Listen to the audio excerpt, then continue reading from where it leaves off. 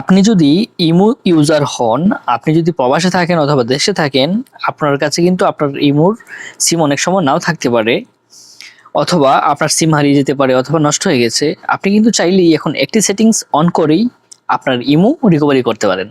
চলুন আজকে আপনাদের দেখিয়ে দিব কোন সেটিংসটা অন রাখলে আপনি যে কোনো সময় আপনার ইমোর নাম্বার ছাড়াই আপনি ইমো রিকভারি করতে পারবেন। প্রথমে চলে যাবেন আপনাদের ইমো অ্যাপসে, তারপরে একটু উপর দিকে তাকালে আপনারা দেখতে পারবেন ইমোর প্রোফাইল আইকন, সেটাতে ক্লিক করবেন। তারপর নিচের দিকে সেটিংসে ক্লিক করবেন, একটু নিচের দিকে দেখতে পারবেন অ্যাকাউন্ট অ্যান্ড সিকিউরিটি, সেটাতে ক্লিক করবেন। তারপরে এখানে আপনারা একটু নিচের দিকে তাকালে আপনারা দেখতে পারবেন লগ ইন ইমেল, সেটাতে ক্লিক করবেন। দেন এখানে এড অপশনে ক্লিক করবেন। এখান থেকে আপনারা আপনাদের যে জিমেইলটা সেটা বসিয়ে দিবেন।